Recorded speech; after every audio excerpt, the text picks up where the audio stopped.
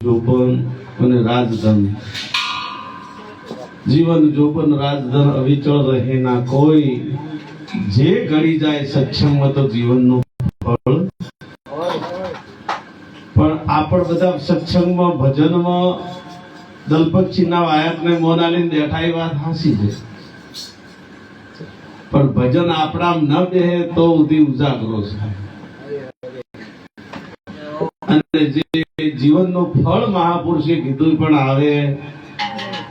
જેમ કે મહાપુરુષનો શબ્દ શું કહેવા માંગે છે ઓણી આપણને કયા ભૂમિકા ઉપર લઈ જવા માંગે છે એનો આપણે વિચાર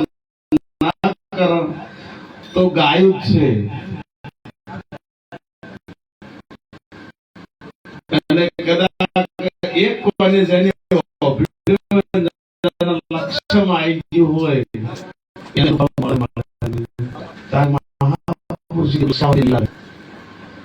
લક્ષ્ય વચન ના આવે ગણપતિ વચન થાપન પોન ભાઈ વચન ઉત્થાપન વચને મડાય ગુરુનો પાઠ વચન ના પૂરા એ નહીં અધૂરા વચન છે ભક્તિનું અંગ જેમ આપણે શરીર છે ને એમ વચન થી જ આ ભક્તિની વરમાળા પહેરાય વચન થી આ ભક્તિની વરમાળા એ જે બોલીને બીજું ના બોલે ને એ ભક્તિની વરમાળા છે સમજ્યા તે નર ફરી ના બોલ્યા જેને સોડ્યો સગળો ઉધમાડ સંતો ભાઈ સમજણની છે એક વાત જે આ વાતને સમજી જાય ને પછી બીજું ના બોલ્યા એમ નથી કીધું હરિચંદ્ર ને વિશ્વામિત્રજી કીધું હરિચંદ્ર તો એક વખત એમ કે હું નતો બોલ્યો તો તારું તમામ પાસું આલું કે ના મહારાજ હું બોલ્યો છું છેલ્લે દાતા કીધું કે હવે તારે તું તારાને વેસી રહ્યો છે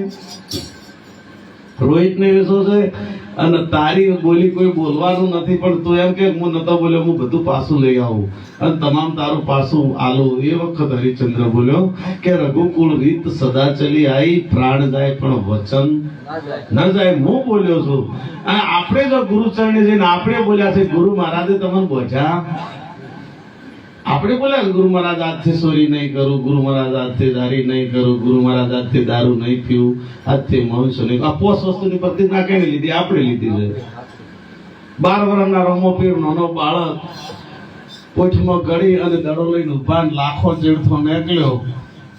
રમે પીર પૂછું લાખા કોઠમ શું ભર્યું કે તારે શું કોમ છે કે ના હું પૂછું છું શું ભર્યું છે કે મારે ખારી વાળો લૂણ પડ્યો છે કે જો હું નથી કેતો હો આ તું કે છે અને કાલે મને ના કહેતો કે બાળક બોલ્યો તો કે ના મૂકું છું પછી અહીં નમવા માંડ્યો કે મારે એમ ચમશું કે તે શું કીધું તું ખારી વાળો